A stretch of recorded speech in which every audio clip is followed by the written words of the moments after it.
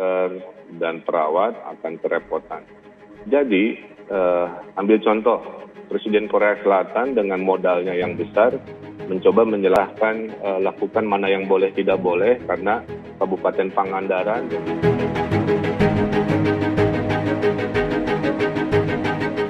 Belum diambil oleh Presiden, apakah akan dilonggarkan PSBB-nya agar ekonomi hidup kembali atau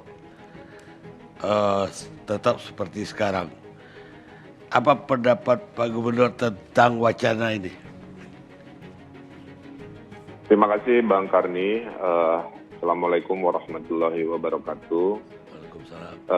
Dalam pendapat saya selaku pemimpin di wilayah, kebetulan Jawa Barat adalah provinsi yang paling berat karena penyakit ini berbanding lurus dengan jumlah manusia. Nah, jumlah penduduk Jawa Barat adalah hampir 20%-nya Indonesia, jadi saya harus menjaga jiwa dan nyawa hampir 50 juta manusia.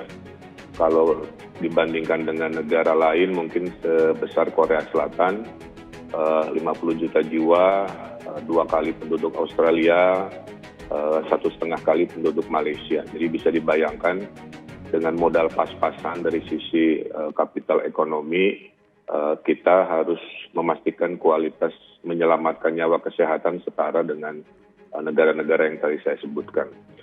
Yang kedua, pandemi ini Bang Karni tidak pilih-pilih negara atau tidak pilih-pilih orang. Kaya miskin dia serang, negara berkembang, negara maju juga diserang. Kita tidak bisa mengasumsikan kalau negara maju banyak duit, bahwa penyakitnya akan cepat beres. Tidak juga. 5 terbesar hari ini adalah negara-negara maju, Amerika, Italia, Spanyol, Inggris, Jerman. Kematian Amerika juga sudah hampir 250 ribu jiwa, mereka positif lebih dari 1 juta. Nah, juga yang harus kita sepakati, saya sederhanakan bahasanya, bahwa COVID atau Corona ini penyakit kerumunan, biar gampang. Di mana ada kerumunan, di situ ada COVID. Di mana tidak ada kerumunan, di situ tidak ada COVID. Jadi kalau mau melawan COVID, hindari mendatangi kerumunan atau hindari membuat kerumunan. Maka kita definisikan kerumunan itu.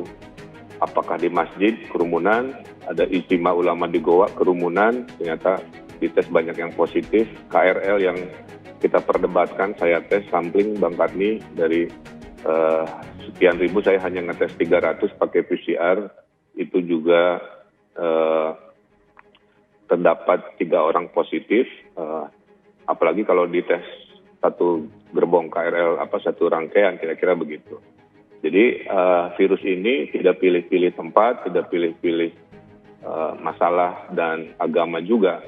Di Malaysia ada tabligh akbar yang kena puluhan apa ratusan. Di Bandung ada jamaat gereja melakukan kegiatan juga hasilnya lebih dari 100 positif dan seterusnya. Nah, karena ini penyakit kerumunan, maka kita harus membuat strategi bagaimana mengatur kerumunan, kira-kira begitu. Nah, kami sudah sepakat bahwa di Jawa Barat benteng untuk melawan corona ini dibagi 3 tahap. Tahap pertama adalah benteng pertahanan, namanya pencegahan. Ini benteng paling besar, paling murah, tapi paling susah. Karena mengandalkan kesetiakawanan sosial dan kedisiplinan. Di mana setiakawan dan disiplin, benteng ini kokoh, maka corona tidak masuk. Tapi kalau benteng pertama jebol, masuklah ke benteng kedua, yaitu benteng pelacakan. Sehingga arus corona ini ditahan dulu oleh pelacakan, dilokalisir. Seperti kami menemukan 5 klaster di Jawa Barat, 2 di Bogor, 1 di Karawang, Sukabumi, dan Bandung.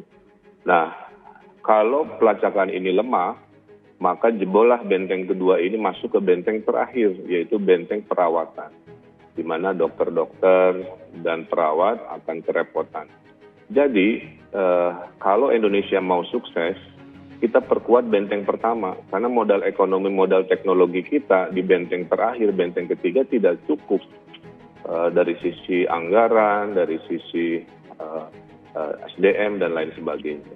maka pentinglah menegakkan yang namanya pemahaman bahwa selama belum ada kepastian secara ilmiah bahwa virus ini benar-benar hilang, maka potensi berkerumun kembali, potensi berkumpul kembali itu harus kita hindari. Nah, problemnya Bang Karni hari ini bahwa situasi pandemi ini mengalami 3 fase. Fase pertama adalah darurat kesehatan, sudah terjadi dan sedang terjadi. Yang kedua yang Indonesia sudah mulai alami banyak dinamika, bahkan atensi malah bergeser ke sini adalah darurat ekonomi, yaitu banyak orang yang jatuh miskin dan lain sebagainya. Kemudian yang ketiga adalah darurat sosial politik, nauzubillah jangan sampai terjadi kalau kita tidak pandai-pandai menghandle yang namanya darurat ekonomi. Nah, dari perbincangan di seluruh dunia, Bang Karni, rapat kabinet berdebat dengan semua itu selalu menginginkan porsi yang tarik ulur. Berapa persen sih ekonomi yang boleh dibuka? Itu nggak pernah ada teori pastinya, sehingga semua menggunakan ukuran-ukuran yang ada di wilayah masing-masing. Nah, itu juga menjadi perdebatan. Kenapa ada isu-isu pelonggaran? Saya yakin argumentasinya adalah ekonomi. Tapi saya mengingatkan, jangan sampai kita bergeser ke urusan darurat ekonomi, sementara perang kita yang sesungguhnya darurat kesehatan malah ditinggalkan atensinya, sehingga akhirnya lahirlah yang namanya second wave, Bang Karni, di negara-negara yang direlaksasi. Contoh di Jepang. Jepang itu melakukan relaksasi PSBB atau lockdown. Dan sekarang terbukti pada saat direlaksasi terlalu masif, kira-kira begitu, euforia, sekarang terjadi second wave penambahan signifikan lagi di Jepang. Itu Jepang, negara maju, negara paling disiplin, negara kaya raya, apalagi kita, kira-kira begitu. Jadi itu sedikit tambahan. Nah, berikutnya, apa modal kita Bang Karni dalam melawan virus corona ini? Modal kita cuma satu, yaitu modal sosial. Karena modal ekonomi kita terbatas, teknologi pas-pasan. Ambil contoh, Presiden Korea Selatan dengan modalnya yang besar mencoba menyelamatkan 50 juta warga Korea Selatan. Gubernur Jawa Barat juga sama, dengan modalnya mencoba menyelamatkan 50 juta manusia warga Jawa Barat. Tapi modal Jawa Barat hanya 1% dari APBN-nya Korea Selatan. Bisa dibayangkan dengan uang hanya 1%, tapi kualitas keselamatannya harus sama. Maka kesimpulannya modal kita adalah modal sosial, yaitu ketaatan umat pada ulamanya, ketaatan warga kepada pemimpin-pemimpinnya. Karena hari ini itu ibaratnya kita makan obat batuk hitam, pahit tapi perlu, kira-kira begitu. Tidak semua orang suka dikasih obat pahit, pengennya obat rasa stroberi, rasa manis, semua lancar. Dunia tidak seindah itu, tiap hari kami punya dinamika. Maka obat pahit yang bernama PSBB ini sedang kami berikan dosisnya kepada warga di Jawa Barat. Nah, kemudian Provinsi Jawa Barat menerapkan 5 strategi Bang Karni untuk memenangkan perang tadi. Tadi 3 benteng pencegahan, pelacakan, dan perawatan itu dengan 5 sifat. Sifat pertama, kami ingin selalu proaktif. Waktu pemerintah pusat belum mengizinkan tes di daerah, Jawa Barat sudah duluan beli alat ke Korea Selatan, menemukan positifnya Wali Kota Bogor, Wakil Wali Kota Bandung, dan Bupati Karawang. 2, sifat yang ingin kami terapkan adalah transparan. Ini provinsi yang salah satu yang pertama yang open data, membuat aplikasi, semua dibuka, by name by address, supaya waspada, tidak disembunyikan, dan seterusnya. Ketiga, kami kalau ngambil keputusan harus ilmiah, kira-kira begitu. Di situasi ini, good data adalah good decision. Bad data, bad decision. Ya. Jadi pemimpin-pemimpin jangan sampai blunder karena menyangkut jutaan nyawa hanya gara-gara inputnya itu tidak ilmiah. Inputnya pakai kalkulasi-kalkulasi yang bukan di zona darurat kesehatan yang tidak terukur. Kita dapati beberapa pabrik yang diberi izin oleh pemerintah pusat juga virus berkeliaran. Ada pabrik Sampurna di Jawa Timur, kemudian juga di Bandung ada, kemudian di Jakarta juga ada, mengindikasikan antara relaksasi ekonomi dengan protokol kesehatan tidak sederhana. Maka di Jawa Barat kita pastikan kalau Anda pabrik mau buka di zaman PSBB, Anda harus tes masif. Jadi narasi dari Pak Wapres yang dulu sempat malah kurang mendapat simpati, menurut saya betul. Kalau pabrik itu bisa ada sertifikat bebas COVID dengan melakukan tes masif di seluruh karyawannya, dari karyawannya, office boy-nya, satpam sampai direktur utama, maka di zona PSBB itu relaksasi ekonomi bisa. Tapi kalau tidak, hanya sekadar administrasi, kemudian jaga jarak, disinfeksi, itu tidak menjamin. Nah, berikutnya juga kami kolaboratif Bang Karni, jadi dalam melawan pandemi ini, ulama kita ajak, AGIM kita ajak, para ulama di NU Muhammadiyah, Persis kita ajak untuk mendakwahkan jangan mudik misalkan. Itu bagian dari kolaborasi kami. Anak-anak muda Karang Taruna jadi penyalur nasi bungkus, ibu-ibu PKK di dapur umum, dan seterusnya. Terakhir, dari sisi sifat melawan COVID ini, gugus tugas melaksanakan konsep yang namanya inovasi Bang Karni. Menggeser PT Pindad yang tadinya ngurusi persenjataan menjadi ngurusi ventilator, PT DI yang ngurusi tadinya pesawat terbang kita geser menjadi ventilator, PT Bio Farma yang vaksin lain-lain kita fokuskan membuat PCR dan lain-lain. Nah, itulah strategi utama. Kami optimis kita bisa menang. Hidup itu harus optimis, kalau tidak optimis buat apa hidup, kira-kira begitu. Nah, tapi optimisnya harus terukur. Nah, sekarang kita masuk ke argumentasi dari daerah. Bang Karni, jadi relaksasi tidak relaksasi harus akar rumput inputnya, harus bottom up. Tidak bisa top down dari pusat. Yang tahu di bawah ini virusnya outbreak, kecepatannya heboh, dan sebagainya kan daerah, Pak. Kalau dari pusat bilang relaksasi, tapi kalau di daerah datanya disampaikan masih darurat, kami tidak mau gegabah, ini urusan nyawa. Lebih baik kita urusan jabatan bisa berhenti, nggak ada masalah, tapi nyawa ini seperti Pak Kiai tadi sampaikan itu lebih mulia ketimbang hal-hal lain. Nah, sekarang fakta berita menggembirakan Bang Karni, dari sebagian besar berita buruk, saya sampaikan berita baik dari PSBB. Nah, PSBB Jawa Barat itu diputuskan juga berdasarkan ilmiah. Kenapa tahap 1 Bodebek? Karena mayoritas ternyata virus ngumpulnya di Bodebek dekat dengan Jakarta. Kenapa diputuskan PSBB kedua adalah Bandung Raya? Karena juga di data virus-virus positif itu ngumpulnya juga di daerah Bandung Raya. Semakin namanya kota, semakin banyak virusnya. Semakin namanya kabupaten, semakin sedikit virusnya. Itu data di Jawa Barat. Nah, pada saat sebelum PSBB, Bang Karni, kecepatan virus itu banyaknya di Bodebek, ya. Jadi dalam istilah keilmiahan, PSBB itu ukuran keberhasilannya ada 3. 1, apakah PSBB bisa menekan pergerakan manusia hanya 30%? Kalau bisa 30%, PSBB itu punya potensi berhasil. Jadi bagi saya, mau relaksasi, tidak relaksasi, selama bisa menjamin pergerakan manusia itu 30%, itu keputusan-keputusan yang sifatnya wilayah situasional itu kami perkenankan. Kedua, keilmiahan dari PSBB diukur oleh tes masif, Bang Karni. Jadi Korea Selatan yang dipuji WHO, tes masif selama PSBB versi mereka itu 3% dari jumlah penduduk.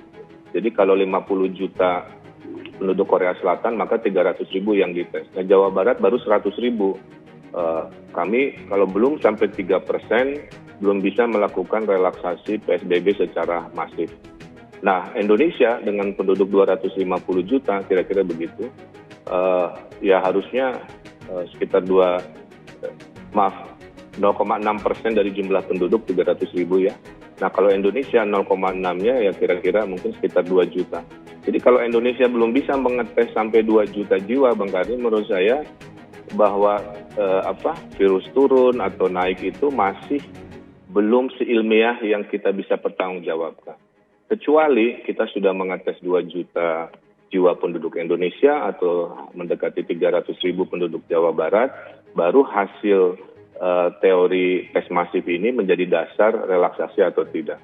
Nah, selama pengetesannya kita masih kurang, kita nggak boleh gegabah. Karena kritikan dari internasional ke Indonesia adalah, Anda mungkin kecil, jangan-jangan sebenarnya banyak. Karena Anda kurang ngetes, ya berarti jumlahnya yang ditemukan sedikit. Kemudian yang ketiga, ukuran keberhasilan PSBB, Bang Karni, adalah kecepatan reproduksi virus itu harus kurang dari 1. Ini namanya indeks RT, indeks reproduksi COVID. Jadi kalau indeksnya 1, Bang Karni, artinya satu pasien yang positif COVID, dia menularinya hanya ke 1 orang. Kalau indeksnya 4, berarti 1 orang positif punya kecepatan menularkan ke 4 orang. Nah, kalau di Bodebek sebelum PSBB, kecepatan menularkannya itu 1,3, Bang Karni. Setelah PSBB, kita tes lagi, kecepatan penularan itu hanya 1,07, kira-kira begitu. Jadi indikasinya apa? PSBB itu bermanfaat, terbukti tadi kalau ibarat mobil 100 km per jam, kecepatannya sekarang melambat menjadi 60 km per jam. Nah, Bodebek itu membuktikan bahwa sebelum PSBB, kecepatan virus itu reproduksinya 1,3, setelah PSBB 1,07. Sebaliknya, kota kabupaten di Jawa Barat yang sisanya 17, kan tidak PSBB kemarin, baru besok. Itu sebelum PSBB Bodebek, kecepatan mereka malah naik setelah PSBB Bodebek. Jadi inilah yang mengindikasikan berarti makin banyak yang di PSBB kan, kecepatan virus akan semakin turun. Itulah kenapa kami berani memutuskan dengan musyawarah bahwa Jawa Barat seluruhnya mulai besok tanggal 6 Mei akan melakukan yang namanya PSBB skala provinsi. 27 kota kabupaten, 50 juta jiwa akan kami atur. Kemudian berita baiknya, Bang Karni, tambahan, kita mendapati di Jawa Barat justru kepada Ibu dari pengurus ID saya laporkan, mungkin ini berita penyemangat saja buat para dokter dan perawat, di Jawa Barat justru pasien yang dirawat di rumah sakit turun, ya. Sudah 7 hari terakhir, dari 400-an yang dirawat turun tinggal 300-an. Nah, jadi PSBB ini selain tadi menurunkan kecepatan virus, karena semua orang sedang disiplin, diatur, kemudian ada berita baik, pasien yang dirawat bukannya naik, malah turun.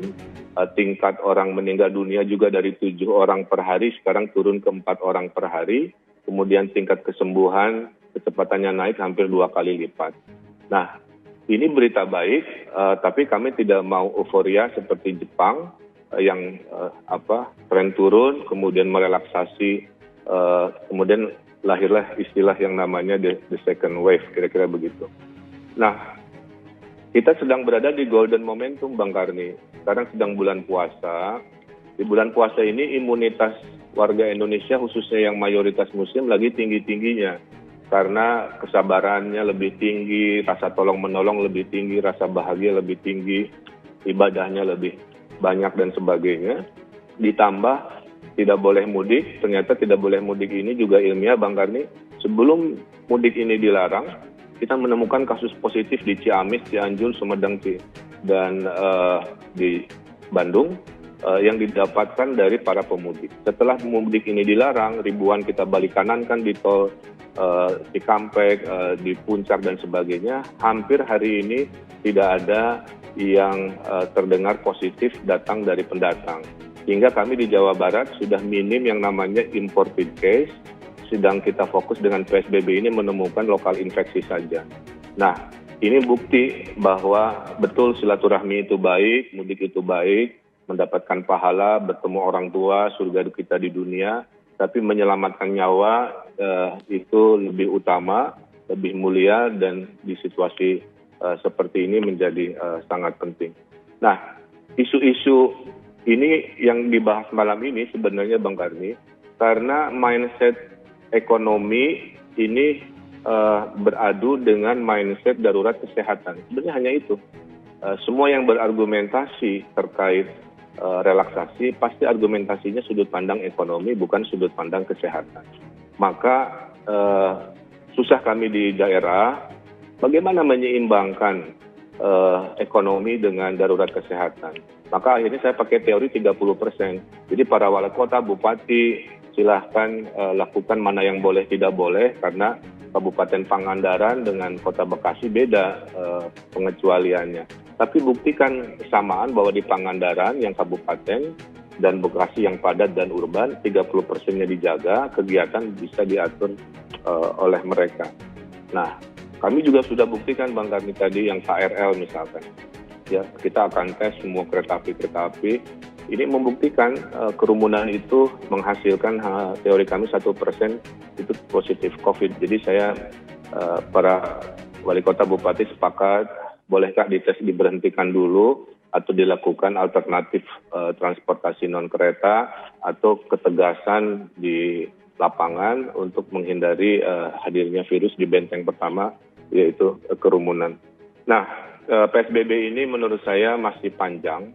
Kita jangan bergembira dulu dengan temporary good news istilahnya, walaupun yang saya sampaikan tadi banyak berita baik. Ya, menurut teori jika kita disiplin, bulan Juli tren turun, tapi kalau kita tidak disiplin, euforia, kembali ke jalan, rame-rame melakukan kegiatan, maka bisa sampai akhir tahun.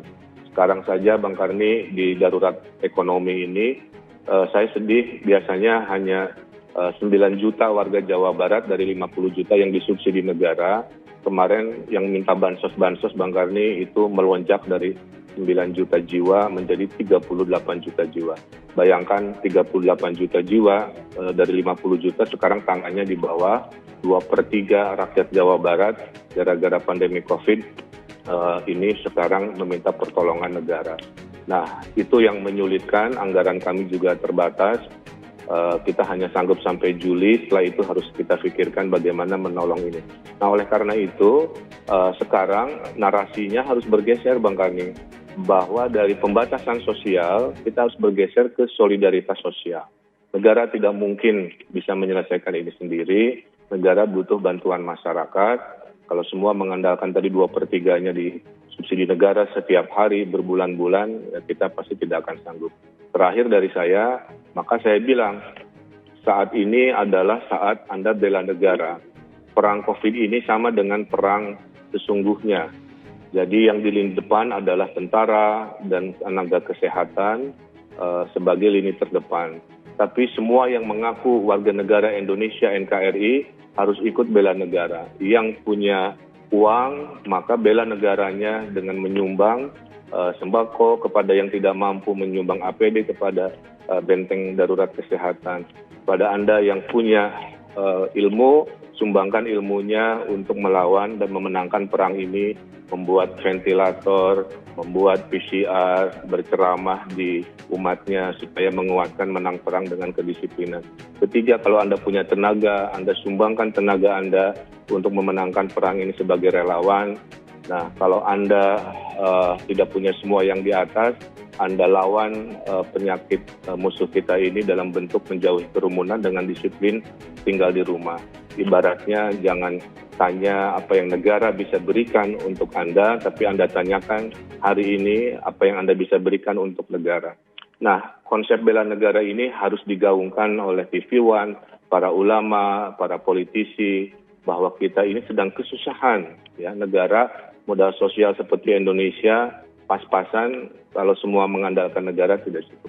Jadi kesimpulannya Bang Karni, PSBB berhasil menekan penyebaran, tadi data-datanya saya sampaikan, tapi untuk mengukur bahwa sekarang sudah bisa direlaksasi, satu harus ilmiah, dua datanya itu harus datang dari daerah, karena kami ini eksekutor dan konseptor juga, kira-kira seperti itu. Kalau pun mau direlaksasi, teori kami basisnya itu adalah unit yang terkecil, yaitu per kelurahan-kelurahan yang bisa dijamin oleh tes masif bahwa itu memang bebas dari COVID, atau relaksasi pabrik bekerja, pastikan pabrik itu ada sertifikat bebas COVID dengan tes masif mandiri pakai uang sendiri. Intinya adalah oke, ekonomi jalan, tapi buktikan pada kami bahwa jaminan tidak ada virus itu dibuktikan secara ilmiah. Saya kira itu, jadi perdebatannya menurut saya fokuskan pada keilmiahan, jangan berdasarkan pada dimensi politik semata atau hal-hal yang sifatnya nanti tidak bisa dipertanggungjawabkan. Saya kira itu pandangan dari Jawa Barat. Kami akan mulai PSBB Maka saya agak bingung juga mau relaksasi. Kami baru mau mulai melakukan eksperimen PSBB skala masif gitu. Jadi masih jauh dari kami dan kami diingatkan oleh WHO juga, Pak Ridwan katanya hati-hati dengan gelombang kedua second wave pada saat Anda terbuai oleh PSBB yang nanti melandai, terus euforia dan akhirnya datang lagi penyakit di kerumunan itu yang nanti malah menghabiskan semua energi hidup kita. Itu masukan dari Jawa Barat, Bang Karni, mudah-mudahan bermanfaat. Baik, terima kasih banyak Pak Gubernur sudah kasih masukan.